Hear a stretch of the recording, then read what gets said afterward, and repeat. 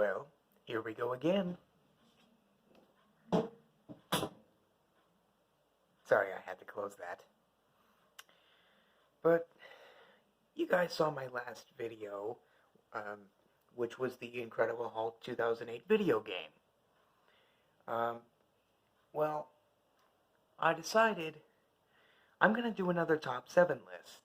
And like I said, it's going to be 2002 this time.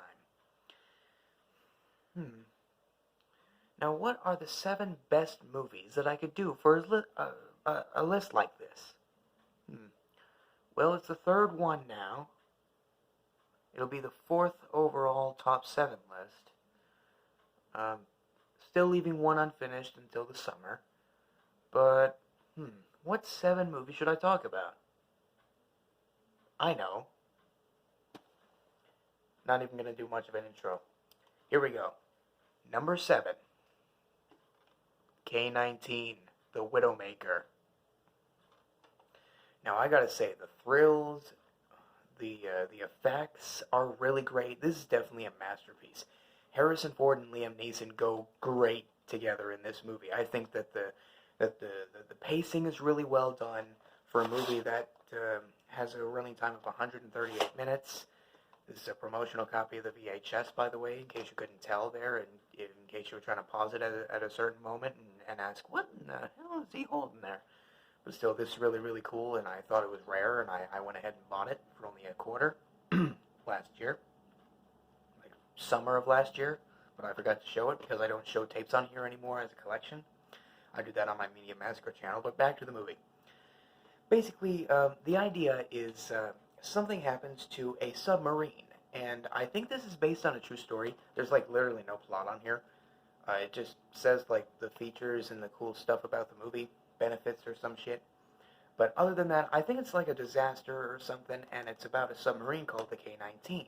And they're trying to survive while also trying to figure out how to fix this problem. It's kind of like Apollo 13, except underwater. And boy, does it show. It's kind of like Apollo 13 meets The Abyss, except without the sea creatures and shit. But other than that, this is definitely a really good movie. Oh, and in case you're wondering, no, I'm not a fan of the Meriden Eagles. I have this shirt because it's purple and it has my favorite bird on it. Win-win, I guess. But yeah, I definitely say that the tone and the atmosphere and, well, this is definitely a movie that is so subaquatic that I say it's all great. I'm trying to get through this quick. I don't want this taking 20 minutes. Look at that. 3 minutes in. Anyway, number 6 is Joe Somebody. Now, I won't lie. This movie is definitely a good knockout. No pun intended. But, Tim Allen and, who else is in this? Oh yeah. Jim Belushi's in it. And, oh yeah, Patrick Warburton. He is so good as the antagonist. But Tim Allen is basically trying to make himself look more of a celebrity type of guy, so that way he doesn't look like a wimp in front of his family, especially his daughter. It took me a while to figure out that was a girl because of the ponytails. It was before I started wearing glasses. I have this on VHS because why the fuck not? But it's also a blue tape, so rare. But I will say this. When the company bully knocks him down in front of his daughter, this nobody decides to become Joe Somebody and really kicks some ass. Yeah, this is actually really entertaining. It's really funny. It's a nice, it's basically Rocky meets The Office. It's really funny, and it's really good. I think it has a lot of drama.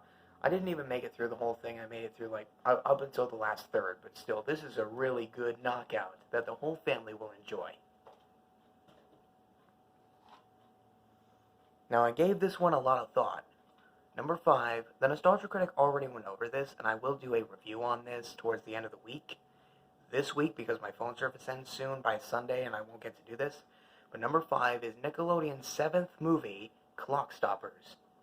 I am so sorry if that is not clear enough. I had to make this DVD cover. Yeah, that's something that I had to do for a few of these Nickelodeon ones, like my Jimmy Neutron DVD that I showed in the last top 7 list. Yeah, But I gotta say, this is a really, really good movie. It's funny, it's action-packed, it's 93 minutes of absolute entertainment. It's definitely a Back to the Future for a new generation. It's basically a boy named Zach, played by Jesse Bradford, um, is an ordinary teenager who suddenly obtains extraordinary powers when he stumbles upon a mysterious wristwatch-type device that can stop time in its tracks. To Zach, it's the perfect gadget to impress Francesca, played by Paula Garcias. Garcia, fuck it. The beautiful new foreign exchange student at school. But to those more passionately familiar with the incredible timepiece, damn it, this is really hard to read, a hapless scientist, played by French Stewart, who is hilarious in this, who you might remember from Third Rock from the Sun, and his sinister boss, played by Michael Biehn. This thing is like really, really blurry. I can't believe that I fucking did this. But anyway, he was in the Terminator, first one, the good one. The ultimate power of the entire world literally lies in the hands of whomever possesses the amazing apparatus. They want it back at any cost. And that's when Zack and Francesca... You're not even going to acknowledge the black dude? Come on, Black Lives Matter, people. Come on, guys, really? He's out at the front of the box. But he's not even in it that long. But they find themselves unwittingly swept into a thrilling high-tech race against time. Clockstoppers is definitely a good movie. It's funny, it's really action-packed, it's really good, it's humorous, it's dramatic, it has really good character development. It sucks that there's no sequel. Seriously, Nickelodeon?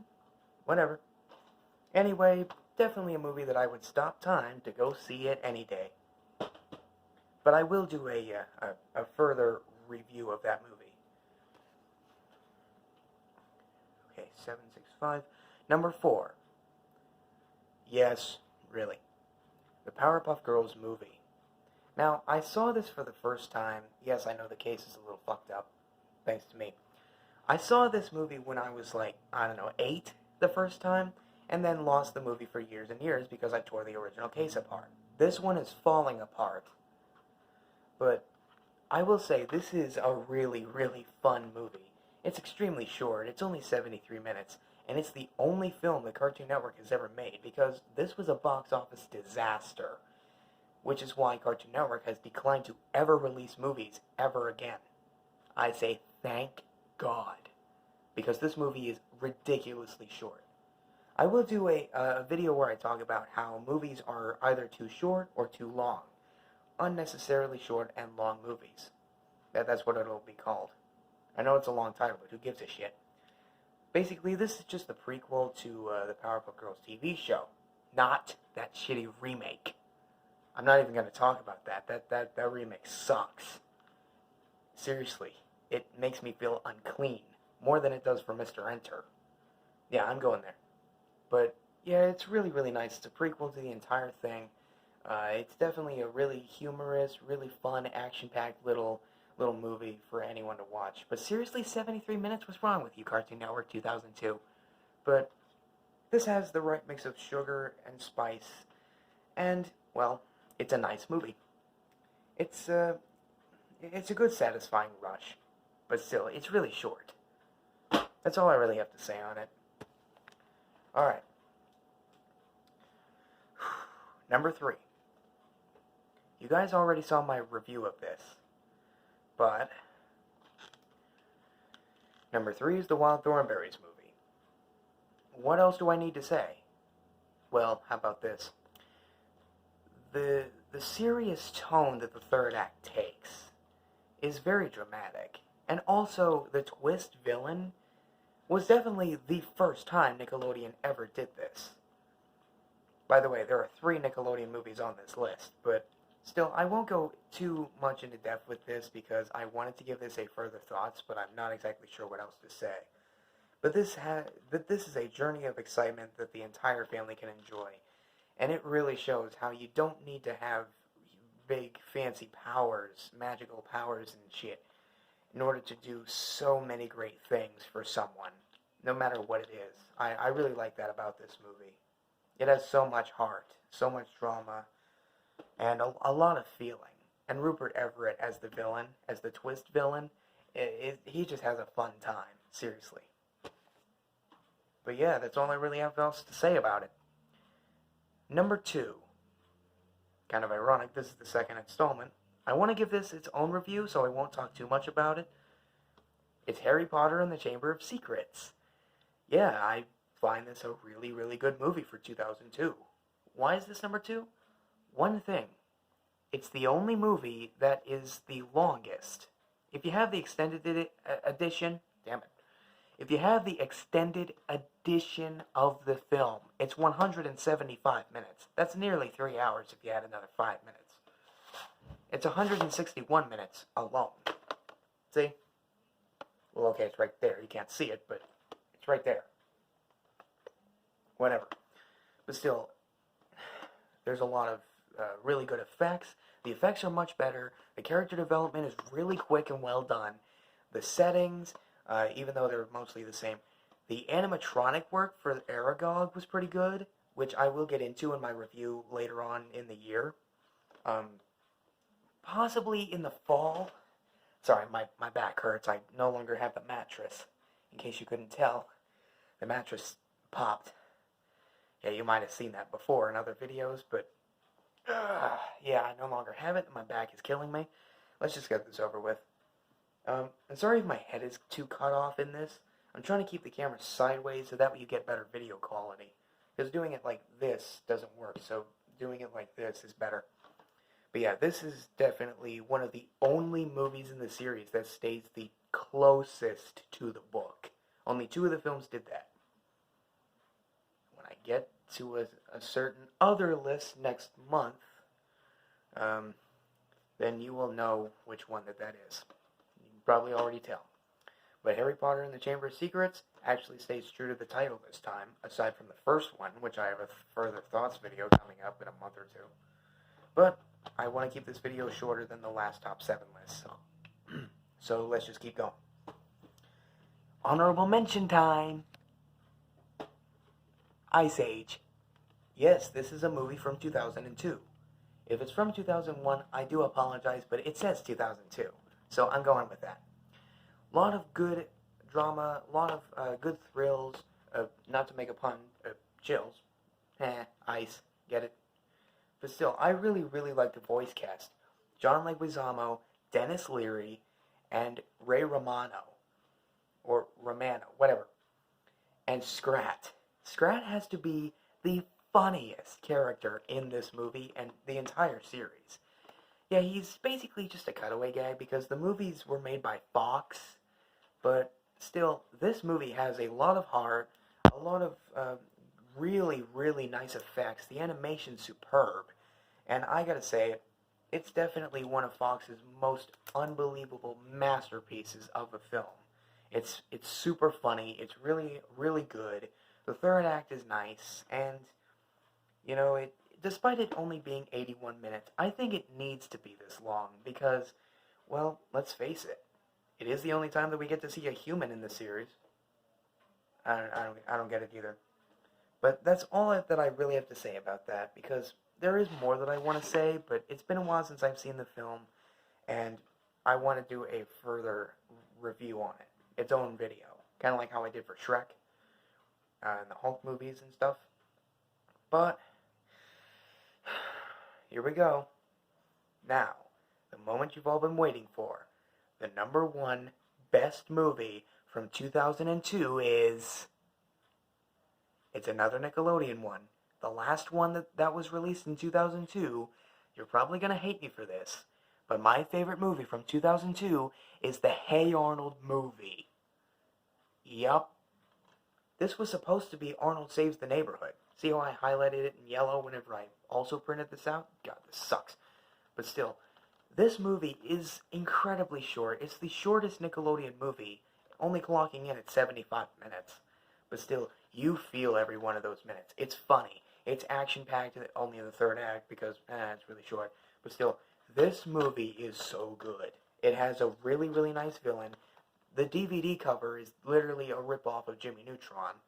But that's not what I'm talking about.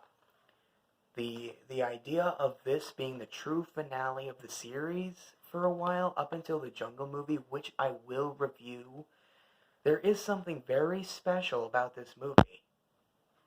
And I don't want to say it here in this video, because when I get to the review of this in summer, like when I give it its own review right around the time that it came out, I will do a review the day that this came out and reveal also why this is my favorite movie from 2002.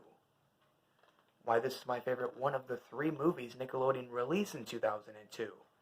But I think that this has the best action, the best suspense, filled with chock full of laughs, and I think that every character in this is just great.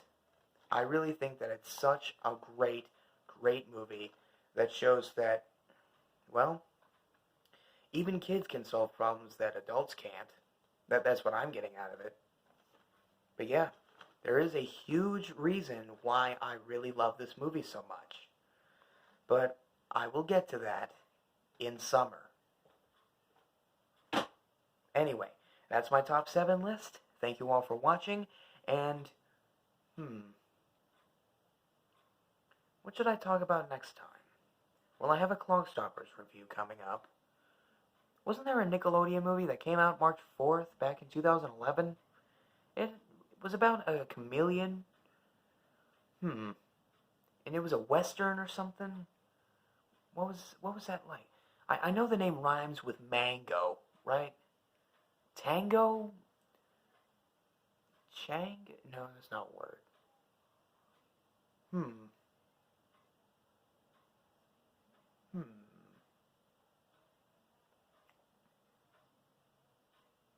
I got it. Mango! No, that's not it. I'll have to look it up.